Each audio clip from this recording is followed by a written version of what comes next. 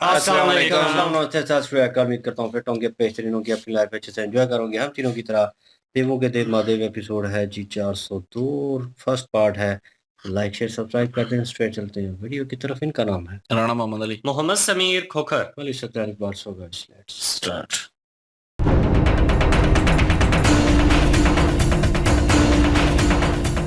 जो भी आत्मबोध तुम्हें हो चुका है उसका पुनः स्मरण करो। जो स्मृतियां लौट आई हैं, यही स्मृतियां तुम्हें अन्य स्मृतियों की ओर ले जाएंगी।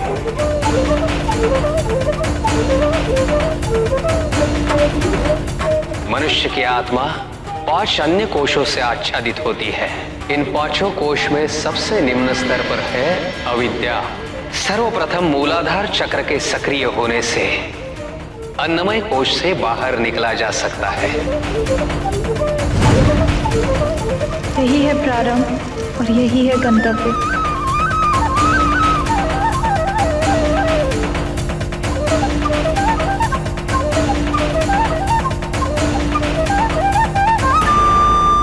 यदि सबसे पहले आप अपने आप को अन्नमय कोश से मुक्त कर लेती है तो आप प्राणमय कोश के स्तर पर पहुंचेंगी। इस कोश को प्राणवायु फलीभूत करता है। प्राणवायु के विकार से अहंकार और अज्ञान से ग्रस्त होते हैं। तदुपरांत नाभि में स्थित स्वादिष्ठान चक्र के जागृत होने से प्राणमय कोश से मुक्ति पाई जा सकती है।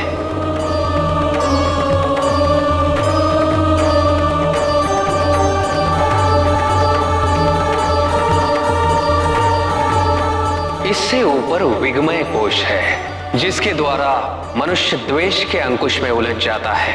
हृदय चक्र के समीप पहुंचते ही मनुष्य अपने विचार और चिंतन को एक गंतव्य तक निर्धारित कर सकता है, जिससे विगमय कोश को नियंत्रित किया जा सकता है।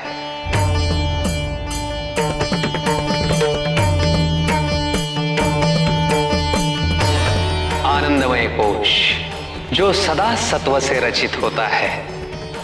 ऐसे मनुष्य हर परिस्थिति में भाव विभोर और तन्मय रहते हैं। जब मनुष्य सुखकारक भाव अथवा दुखकारक भाव को तटस्थ रूप में ग्रहण करने के योग्य हो जाता है, तब वह आनंद कोश को पार कर जाता है।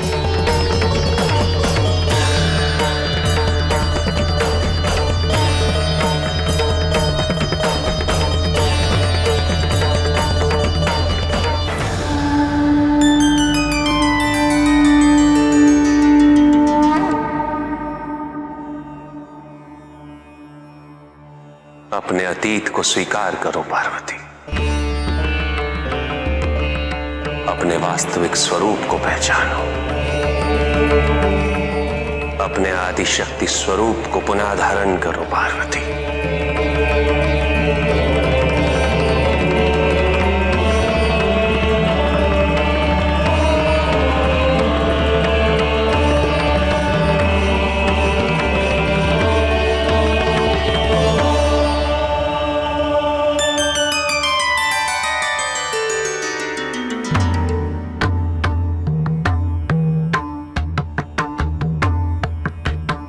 इसी स्थान पर किसी ने समाधि ली थी।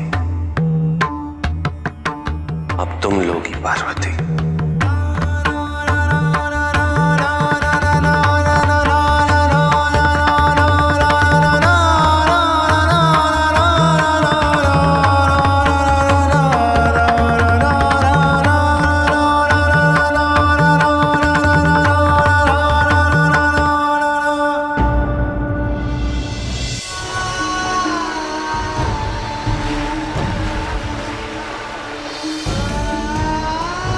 भय होना कोई दोष नहीं है।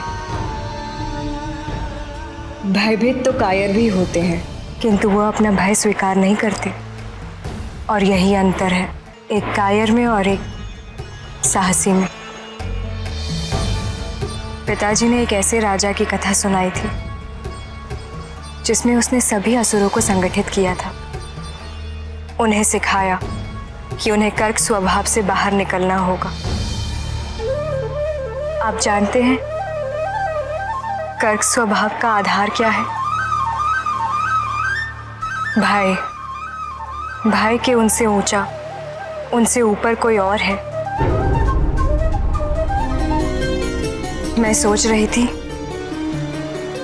क्या उस राजा को इस बात का ज्ञात है कि अपने भय को स्वीकार कर लेना अपने भय से भागते रहने की तुलना में कहीं अधिक सहज है।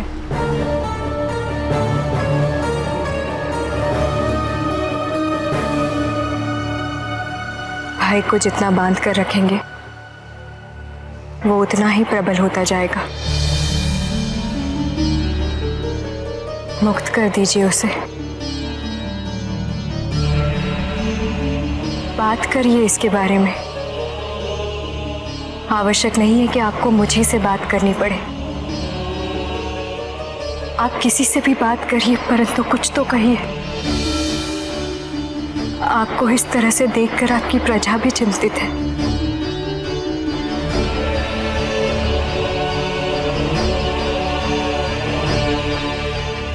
यदि मैंने कुछ ऐसा कह दिया जो मुझे नहीं कहना चाहिए था तो क्षमा कीजिएगा,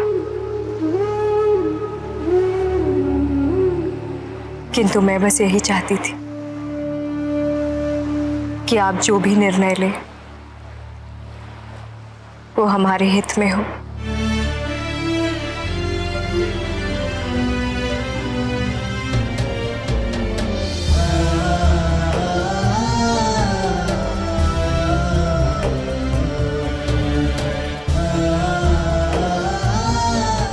आपकी पत्नी का स्वार्थ कहता है आप अपनी मन की हर बात उससे कहें, किंतु आपकी उपचारिका होने के नाते मैं जानती हूं आपको ये बात किससे करनी चाहिए।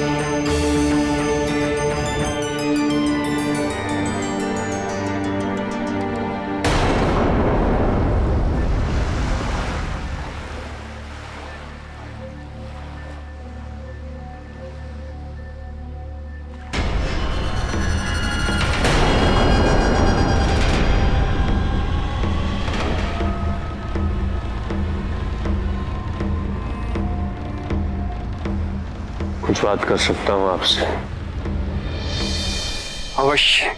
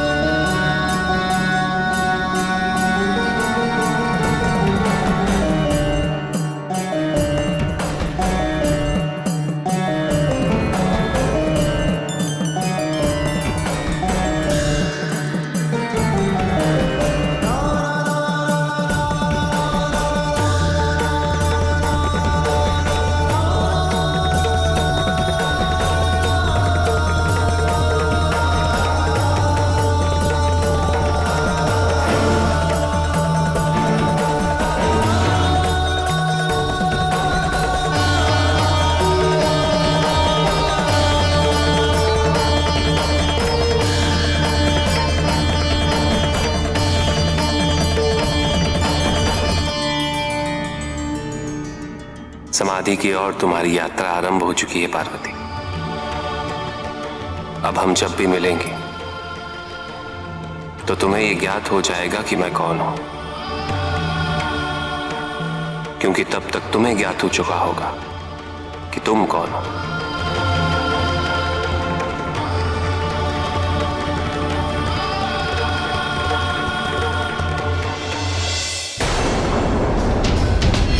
यदि महादेव शक्तिशाली है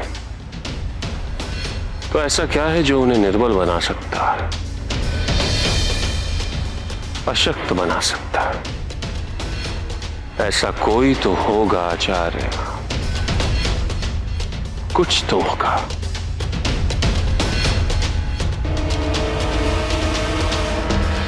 हम सब में ऐसा कुछ ना कुछ अवश्य होता है जो हमें शक्तिहीन कर देने की क्षमता रखता है।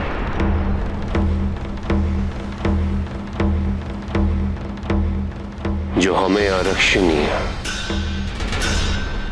पराजयी बना सकता है। जैसे मुझ में अति आत्मविश्वास, मेरा आवेग, इसी के कारण मैंने उचित समय की प्रतीक्षा ना करते हुए अपने शत्रुओं पर आक्रमण कर दिया।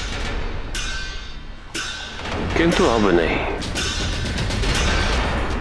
अब मैं योजना बनाना चाहता हूं। प्रत्येक चाल को सोच समझ कर चलना चाहता हूं।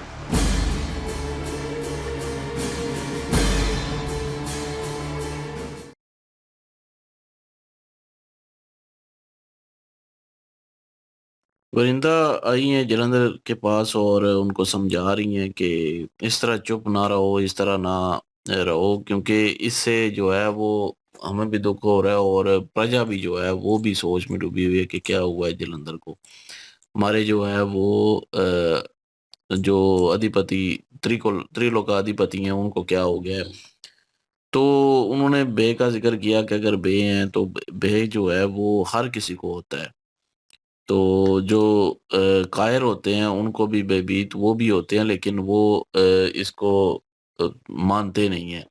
तो इसलिए जो बहादुर होता है वो बंदा जो है वो मान जाता है अपने उस डर को और बयान करता है उसको किसी के सामने। और वो अपना भी कह रही थी कि मेरे सामने आप जो है वो बता सकते हैं, मैं आपकी पत्नी हूँ, अर्धांगिनी हूँ, और मेरे सामने जो है आप इजहार कर सकते हैं सारी चीज़ों का, या आप जिससे चाहें वो इजहार कर लें। तो वो उन्होंने यही कहा कि जो भी फैसला करना हुआ तो उसमें देख लीजिएगा कि हमारा हित ही हो, हमारा नुकसान ना हो, अहित ना हो। तो अब वो शुक्राचार्य जी के पास गए हैं और यही लग रहा था, क्योंकि उन्होंने एक हिंट दे दी थी कि जिसको चाहते हैं आप जाके जो है वो बता सकते हैं अपने सारी दिल की जो भी बात है या जो भी डर है। तो वो शुक्राचार्य जी के पास गए हैं और शुक्राचार्य जी से जो है बता रहे हैं और पूछ रहे हैं कि वो कोई ऐसी कमजोरी बताएं कि शिव जी की, जिसकी वजह से वो मतलब कि खत्म हो जाएं या शक्तिहीन हो जाएं। कोई ऐसा राज, कोई ऐसी जो है कमजोरी उनकी बताएं, क्योंकि वो समझता है कि सबकी कोई ना कोई ऐसी कमजोरी होती है जिसकी वजह से वो शक्तिहीन हो जाते हैं। और मैं अभी आक्रमण जो है वो डायरेक्ट नहीं करूंगा और कोई योजना बना के कुछ चाल जो है वो चलूंगा। मतलब कि अब इसको ज़ाहिर है पता चलना है माता पार्वती जी का कि वही है उनकी कमजोरी, और क्योंकि वो उनके बगैर जो है वो शक्तिहीन हो जाएंगे। वो उनके साथ मिलें क्योंकि वो आदि शक्ति हैं, तो पूर्ण शक्ति जो है वो बनती है फिर। शिव और शक्ति जब इकट्ठे होते हैं तो जब उसको पता चलना है तो वो उसको ये भी पता चलना है कि अब वो समाधि में है। और फिर जो है इसने कोई ना कोई योजना करनी है। उधर कूफा में जाके जो है वो अटैक करेगा, शायद हो सकता है, या चाल चले या किसी को भेजे या कुछ ना कुछ ऐसा करेगा जिसकी वजह से वो इस उनका चीज़ों का या उसका चीज़ का सामना जो है वो आगे कार्तिकेय और गणेश जी से होगा। तो वही जो हम पिछले पार्ट में भी जिक्र कर रहे थे कि कोई ना कोई खास वजह होगी उनको पैरे पे खड़ा करने की। तो हो सकता अभी मुझे जो नज़र आ रही है सीन आगे से क्या होने वाला है, और वो यही है कि ये कोई योजना करेगा ऐसी कि वो ये चाहेगा कि शिव जी जो हैं वो शक्तिहीन हो जाएं और उनके जो है वो माता पार्वती जो है आदि शक्ति जो है उनको साइड में किया जाए। तो वहां पे कोई चाल चलेगा ये जरूर। देखते हैं जी अगले पार्ट में कि चाल क्या चलेगा ये। बाकी जो है वहां पे वो समाधि में चली गई हैं अब। तो लेकिन ये है कि अब उनको जब समाधि से जागेंगी तो तब उनको सब कुछ जो है उनकी स्मृतियां जो है वापस आ जाएंगी, सब कुछ उनको ज्ञात हो जाएगा। और वो सब कुछ जान लेंगी। बहरहाल अभी आगे देखते हैं जी क्या-क्या होता है अब।